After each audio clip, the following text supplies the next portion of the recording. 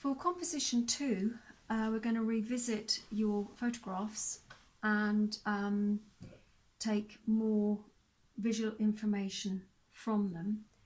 So try and choose some that perhaps you haven't used before. And then we're going to be, last time it was a rectangle, this time a square. So you've got your square paper. I'm going to fold it on the diagonal, fold it again. So it's like that, open it up. So I've got my piece of paper there with the 4 triangles. And I'm going to turn it over. Just want to give you an idea where we're going with this, you can see. So I want you to think now about a circle. So I have just found a cup, and I put that cup there and I've drawn round it, but you can use anything you like. You could maybe, do 4 circles if you've got smaller things.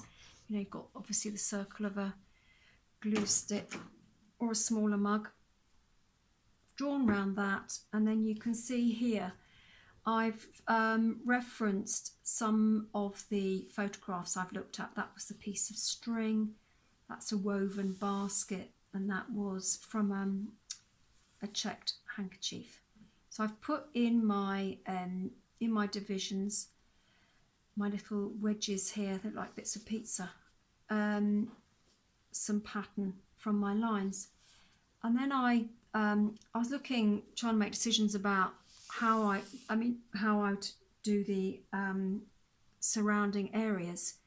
And because I've been working in watercolours, I thought it'd be quite nice, because this is going to be quite tightly painted, it'd be quite nice to have something watery around the outside. So just want to remind you, when you're using watercolours, if you wet the paper first and then get your colour, the colour will naturally bleed into the water, which creates this lovely texture. And the beauty of watercolours, they are a transparent paint, so you can work over the top, sort of layering it like this, and just dip your brush into a different colour. So I've got the red there, you can see it sort of bleeds in, it creates this lovely watery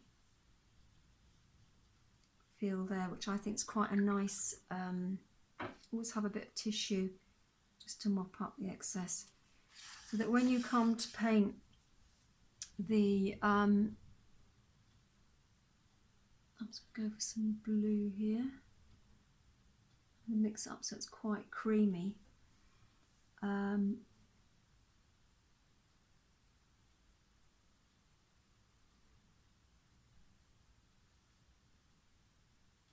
Now with watercolours, if I was now going to paint a yellow next to that, it would be a good idea just to let that dry for a bit, otherwise it's going to bleed through. So have a little think about your colour combinations, stick to the line if you can.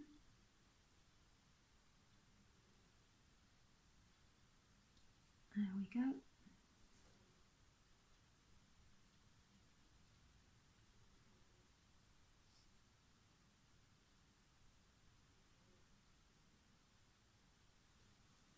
Okay, so that'll be nice and bright once I get it finished.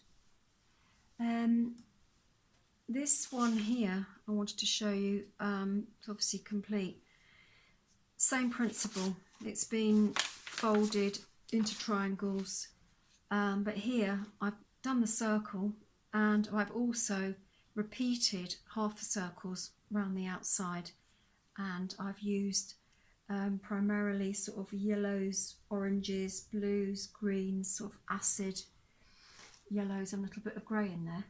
So you can see where we're going with this. I just like you to have this idea that you don't always work A4. This is actually a square. But to be honest, there's so much you can do with this. So just have a little go.